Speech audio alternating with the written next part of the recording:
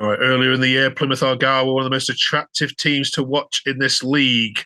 Now, the fans are calling them boring. What has happened? We'll discuss it all. We've got Craig from the Green Fever and our resident pilgrim, Jaden. Welcome back, Jaden. How are you both? Yeah, not too bad, Mark. Yourself? I'm very well, thank you. I'm not sure where to start with this one. I'll be honest. I think I'll just get it out there. Jaden, do you want your manager gone?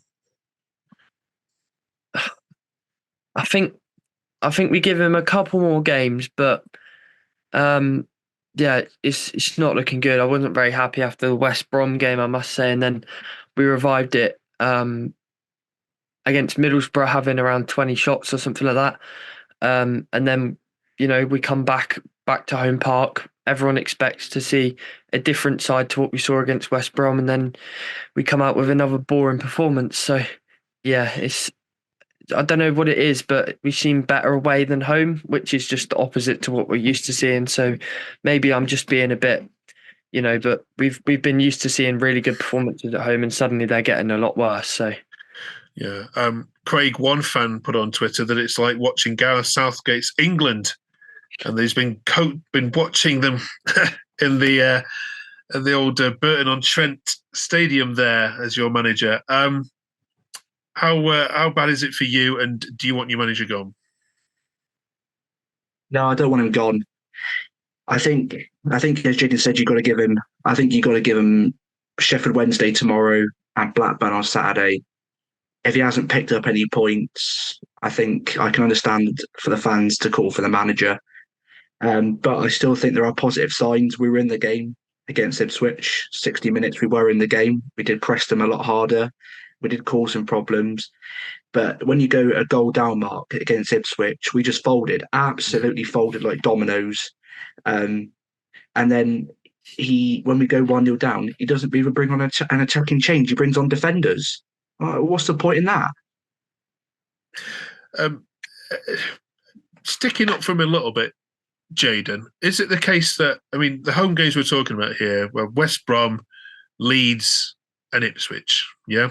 So is it the case that he's had to play in a certain way to make sure that you don't get a mauling from three very good sides, and actually when you're back at home again, obviously this week, you might see something different, or um, is it the case that this is what the manager's style is going to be? So just get used to it.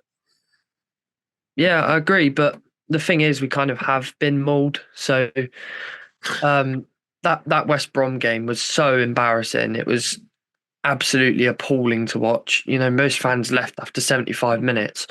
That's not what we're used to. We're used to being in games right until the end, like 3-3, like exciting encounters, and we're not seeing that under Ian Foster, which is quite sad, really. And his interviews as well, Craig. I've read that he hasn't connected with the fans yet. Some of his answers and responses, and actually, I think on the weekend somebody had pointed out that he actually had called out the fans a little bit, or said put that barrier between himself and the fans. Have you been impressed from him from a media point of view, or does he need a few more lessons in PR? Mark, let's not even get started. Today he's been at it's the same antics today. There's clips of him going around on Twitter. To be fair, he says, "Oh, I really apologise to the fans." He didn't even come out. He didn't even come and clap the fans after the game. He just walked down the tunnel. I think there is, as Steven Schumacher left, there was anger, but we had a connection with the manager, and with this guy, I just don't think there's any connection with him. That's a slippery slope, isn't it? When the Yeah, fans haven't connected with you, because unless you go and win the league, it's going to be yeah. a slippery slope. Jaden is really bunched up at the bottom there. We haven't talked about relegation at all on this channel with Plymouth yet, and I refuse to do so because I think you've got enough and there's enough traffic between you. But do you look at your fixtures and see that you've got enough winnable games still for us not to mention the R word? Yeah, it's getting scarier and scarier week by week now under Ian Foster. But I think we've got Preston next week at home. I think that's a must win. Um, and then I don't think there's many more winnable games coming up for the rest of the season. So yeah, I think we're going to be in a scrap now. We have to accept that. Whether Ian Foster's the right man to take us forward in that scrap, I'm not sure. But yeah, we need to do something at home, especially next week. I think we need to put our foot down on Preston and prove something to the fans. Okay.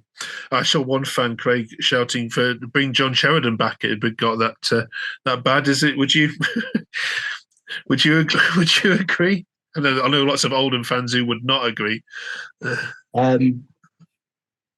Mark, just to be honest, Mika Miller's been our best player down the left hand side. If we mark Miller out the game, we're one dimension FC, balls into Hardy, then what have we got? Nothing. I'm just being frank. You mark Miller out the game, we'll put balls into Hardy. He's not going to win the balls. He's not that type of striker.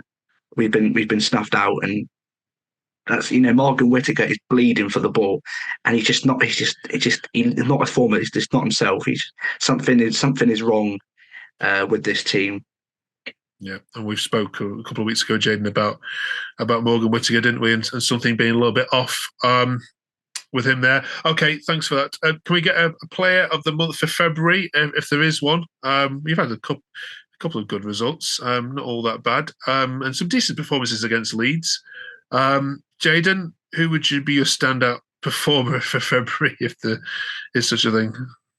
Yeah, like Craig said, I think there's only one man this month. It has to be Mikael Miller, to be honest. I don't think anyone else has been very impressive. Not that it's all their fault. The manager's obviously set up in a particular way to make the attackers not really in the game as much as they were under Schumacher. So yeah, but yeah. Okay. Yeah. And Craig, you would obviously concur with that, given your previous statement. That, yeah. Okay. All right. Thank you very much.